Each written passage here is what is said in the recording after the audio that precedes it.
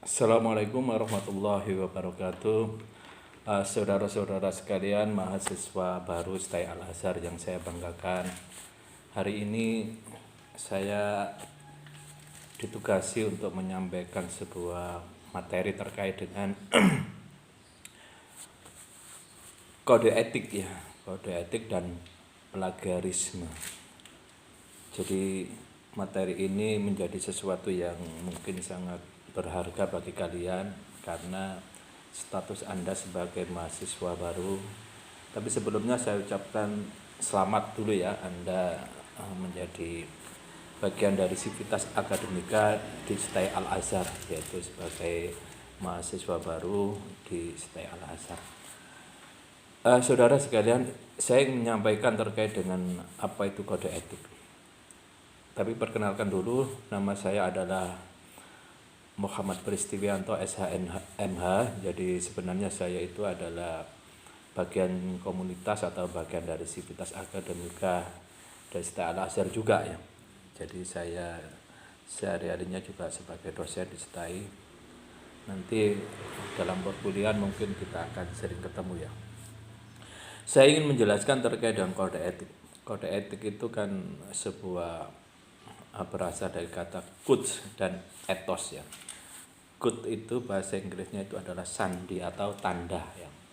Sementara etik itu kan berasal dari kata ethos. Ethos itu adalah karakter atau adat, bisa dikatakan demikian, atau perilaku. Kode etik itu berupa sebuah norma. Jadi ketika Anda nanti kuliah di STAI Al-Azhar, otomatis ada norma-norma yang harus Anda patuhi dan harus Anda taati. Karena apa? Karena sebuah komunitas sosial atau sebuah katakanlah kelompok, kalau tidak dibangun adanya sebuah norma, itu nanti akan terjadi sebuah konflik atau sebuah perselisihan yang bisa menimbulkan kerugian di salah satu pihak. Untuk itu perlu ada sebuah norma aturan yang harus disepakati. Nah, di dalam perkuliahan, karena status Anda sekarang adalah status sebagai mahasiswa, itu sebuah status yang sangat terhormat di tengah masyarakat, karena tidak semua orang itu bisa memperoleh status mahasiswa ya. Maka ada sebuah kode etik yang harus dijalankan dalam rangka agar proses perkuliahan nanti atau proses interaksi Anda di perguruan tinggi ini bisa berjalan dengan normal. Nah, kode etik adalah sebuah aturan yang terkait dengan etika, tata krama, bagaimana kita bersosialisasi, berinteraksi terkait dengan proses perkuliahan yang ada di STAI Al-Azhar.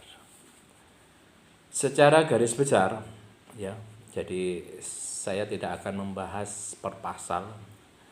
Jadi saya akan membahas poin-poin penting aja supaya Anda lebih paham dan lebih mendalam. Secara garis besar, kode etik itu ada bagian-bagian yang ketika itu nanti terjadi sebuah pelanggaran, ada yang namanya sanksi. Nah, sanksi itu biasanya terklasifikasi atau terbagi menjadi beberapa macam atau jenis sanksi. Ada sanksi yang bersifatnya itu ringan ya. Ada sanksi yang sedang dan ada sanksi yang berat. Nah, terkait dengan sanksi yang ringan, mungkin pelanggaran atau katakanlah kesalahan yang dilakukan itu tidak seberapa berat sehingga tingkat hukuman atau sanksinya juga ringan. Nah, sanksi ringan itu mungkin bisa berupa teguran, baik berupa lisan ataupun tulisan. Kemudian sanksi yang berikutnya adalah sedang. Nah, sanksi sedang ini juga terkait dengan kualifikasi dari pelanggaran atau kesalahan yang dilakukan ya. Mungkin batasan-batasannya juga tidak sampai terlalu berat, juga kualifikasinya juga tidak ringan, sehingga posisinya di tengah-tengah. Nah, otomatis sanksinya juga akan disesuaikan dengan tingkat kesalahan dalam kualifikasi kesalahan yang bersifat sedang itu tadi. Mungkin di situ nanti berupa katakanlah denda atau berupa skors dan lain sebagainya. Misalkan saja ada kesalahan terkait dengan pengerusakan sarana-sarana, dan ini kan butuh sebuah sanksi karena itu dilakukan dengan sebuah kesengajaan atau kesalahan, maka mungkin berupa denda atau mengganti peralatan-peralatan atau sarana yang rusak itu. Ataupun dalam bentuk skors itu mungkin ya semacam apa ya, semacam penonaktifan yang sifatnya sementara itu ya, sementara sampai yang bersangkutan ada etikat baik untuk memperbaiki atau mengakui kesalahannya. Kemudian berikutnya adalah jenis sanksi yang berat. Nah, sanksi yang berat ini apabila pelanggaran atau tingkat kesalahannya itu benar-benar fatal atau sangat berat sehingga tidak bisa ditoleransi, harus ada sebuah tindakan tegas berupa pemberian sanksi yang berat. Nah, ini bentuknya mungkin berupa dikeluarkan atau di-out-kan, di-DO-kan dari kampus. Tapi ini biasanya pelanggaran-pelanggaran yang berat ini kadang-kadang kampus tidak sampai untuk menjatuhkan sanksi. Biasanya yang bersangkutan itu dengan sadar diri kemudian ya istilahnya itu langsung tidak aktif, kemudian ujung-ujungnya juga akan keluar dengan sendirinya dari kampus itu. Nah, biasanya ya mungkin ada rasa malu atau ada rasa yang tidak bisa untuk melanjutkan lagi karena tingkat kesalahan atau pelanggaran yang dilakukan terlalu berat, sehingga yang bersangkutan menyadari diri sehingga keluar dengan sendirinya dari kampus. Itu jenis-jenis sanksi terkait dengan pelanggaran-pelanggaran yang dilakukan dalam sebuah komunitas atau dalam sebuah proses ya perkuliahan. Ketika ada pelanggaran-pelanggaran, maka kode etik ini jadi rujukan, jadi referensi untuk memberikan sebuah sanksi itu. Nah, bentuk-bentuk pelanggaran atau jenis-jenis pelanggaran bisa kamu baca sendiri di kode etiknya itu, di situ sudah tercantum ya, sehingga kalian bisa istilahnya itu memahami sekaligus bisa menempatkan posisi dengan proporsional, artinya mana-mana yang boleh dan mana-mana yang tidak boleh dilakukan seorang mahasiswa ketika dalam proses perkuliahan itu. Nah, kenapa harus kode etik? Kenapa tidak harus kode moral maupun kode akhlak? Kalau Anda membaca beberapa referensi atau literatur yang ada, sebenarnya ada semacam perbedaan yang sebenarnya tidak signifikan, tapi mungkin bisa jadi sebuah wacana bagi kita ya. Moral, etika, dan akhlak itu kan pada dasarnya kan sebuah kajian ya, sebuah kajian terkait dengan hal-hal yang bersifat baik dan hal-hal yang bersifat buruk, yang di situ kita harus memposisikan diri untuk melakukan dan tidak melakukan. Nah, jadi sebuah ajaran baik dan buruk terkait dengan perilaku ya, perilaku. Akan tetapi kalau moral itu kan sumbernya itu kan dari adat istiadat ya, tradisi, biasanya seperti itu. Kalau etik atau etika itu biasanya itu sumbernya dari rasio umum, artinya akal atau bersumber pada common sense. Common sense itu apa? Kepentingan umum atau pendapat umum, opini publik itu. Jadi katakan kalau misalkan saja mencuri itu adalah sesuatu yang tidak baik, katakanlah semua orang mengatakan demikian dan akal kita mengatakan demikian juga, maka itu menjadi sebuah yang patut untuk dijadikan sebuah perbuatan yang tidak baik, sehingga harus dihindari. Karena common sense atau pendapat publik, opini publik mengatakan bahwa mencuri itu adalah tidak baik dan akal menerimanya bahwa itu memang tidak baik. Nah, itu jadi etika itu terkait dengan bagaimana sumber akal itu menilai sesuatu perilaku. Jadi etika itu sumbernya dari akal. Sementara yang terkait dengan akhlak itu biasanya sumbernya dari nilai-nilai agama ya. Jadi makanya sumber dari perilaku yang terkait dengan akhlak itu mengambil dari nilai atau ajaran agama. Tapi semua baik moral maupun etika dan akhlak itu sama-sama sebuah ajaran, sebuah studi tentang ajaran baik dan buruk, dan bagaimana kita mengambil sumber-sumber itu untuk menjadikan sebuah pedoman atau sumber untuk berperilaku. Nah, karena kita itu adalah istilahnya itu unsur akademis, orang-orang yang istilahnya akademik, intelek, maka kita menggunakan etika karena lebih cenderung pada dominasi akal. Kita dituntut untuk menggunakan akal secara baik.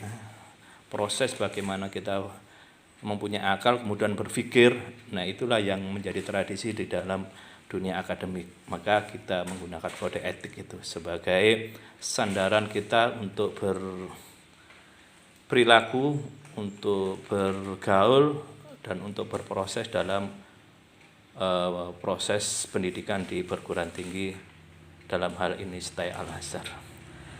Saya kira itu ya, jadi saudara sekalian, sekilas terkait dengan kode etik ya yang harus kita pahami, karena hampir semua, nah ini perbedaan ya antara perbedaan hukum atau undang-undang dengan tata tertib dengan kode etik itu bagaimana.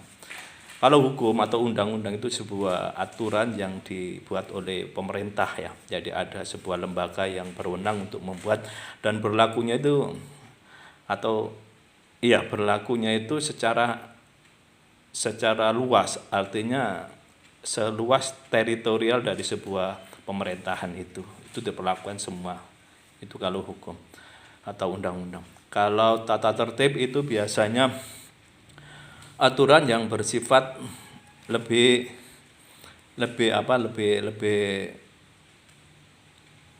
sempit ya, artinya ada dalam sebuah instansi tertentu.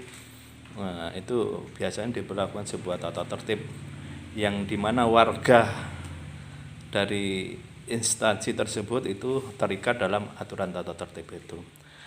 Akan tetapi kalau kode etik itu aturan atau norma yang lebih spesifik lagi, diperuntukkan untuk atau lebih sempit lagi ya pada sebuah komunitas sosial ya, komunitas sosial tertentu, profesi tertentu. Nah, itu baru menggunakan kode etik ya, kode etik karena berlakunya untuk sebuah status atau profesi tertentu. Katakan seperti kode etik mahasiswa, maka berlakunya untuk mahasiswa itu. Kode etik kedokteran maka berlakunya untuk dunia kedokteran atau profesi kedokteran. Kode etik apalagi misalnya hakim, nah juga berlaku untuk para hakim itu. Kode etik guru, maka juga berlaku untuk profesi guru itu. Jadi kode etik itu sifatnya lebih sempit dan lebih spesifik lagi, mengikuti sebuah profesi atau status tertentu. Itu perbedaan-perbedaan. Nah, terkait dengan bahasan berikutnya adalah plagiarisme. Plagiarisme itu adalah sebuah upaya, sebuah cara atau sebuah tindakan untuk melakukan pemalsuan atau penjiplakan, ya, peniruan, istilahnya itu peniruan terhadap sebuah, katakanlah sebuah produk atau sebuah hasil karya seseorang. Nah, ini dilarang, ya, dilarang. Makanya kita di perguruan tinggi ini sudah disampaikan dari awal supaya perilaku-perilaku yang sifatnya menjiplak, sifatnya istilahnya itu menduplikasi lah bahasanya itu dengan cara-cara yang tidak benar, tidak sesuai dengan aturan. Nah, ini harus kita hindari sejauh mungkin selama kita dalam proses belajar ini atau proses perguruan ini harus benar-benar itu diperhatikan supaya kelak kita tidak sampai terjebak dalam praktek-praktek plagiarisme. Pelakunya itu biasanya disebut dengan plagiator. Nah, banyak sekali, ya, istilahnya itu tindakan-tindakan berupa plagiasi itu, ya, yang dilakukan oleh plagiator itu. Nah, itu mencerminkan sebenarnya derajat yang rendah bagi seseorang karena dia tidak mau mencoba untuk menggunakan potensi yang ada pada dirinya, ya. Mereka lebih pasif dan lebih banyak mengandalkan pada istilahnya kerja yang tidak berusaha untuk memanfaatkan potensi yang ada pada dirinya, ya. Dia lebih banyak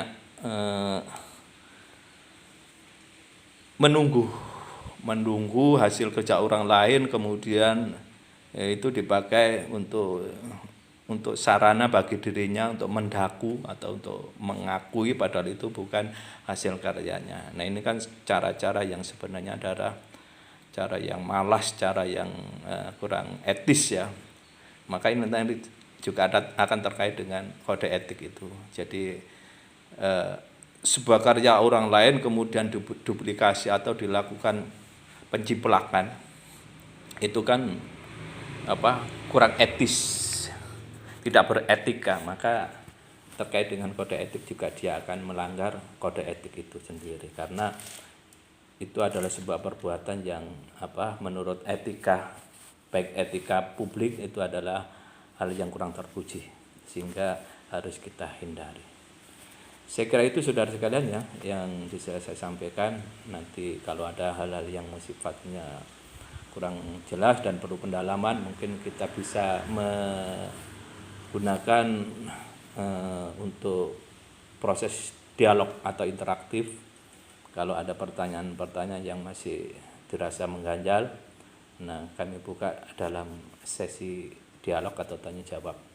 Saya kira itu untuk pembicara atau hostnya saya persilakan untuk menindaklanjuti atau mendistribusikan istilahnya daring ini. Sekiranya ada hal-hal yang masih kurang dipahami, bisa kita lakukan dialog atau tanya jawab. Syukur-syukur kalau sudah dianggap jelas dan mengerti, ya saya kira sampai di sini aja karena daring ini kan terbatas. Kita dalam kondisi yang masih belum selesai COVID ini, sehingga proses-proses yang berjalan juga dalam keadaan kedaruratan, ya, daruratan, sehingga kita bisa maklumi. Sebenarnya juga lebih pas, lebih mendasar, lebih mendalam ketika ini dilakukan dalam sebuah proses pembelajaran tatap muka, sehingga bertemu dalam ruang kelas, sehingga kita bisa istilahnya menggali lebih dalam dan lebih luas lagi terkait dengan materi. Saya kira itu. Terima kasih. Assalamualaikum warahmatullahi wabarakatuh. Sukses selalu.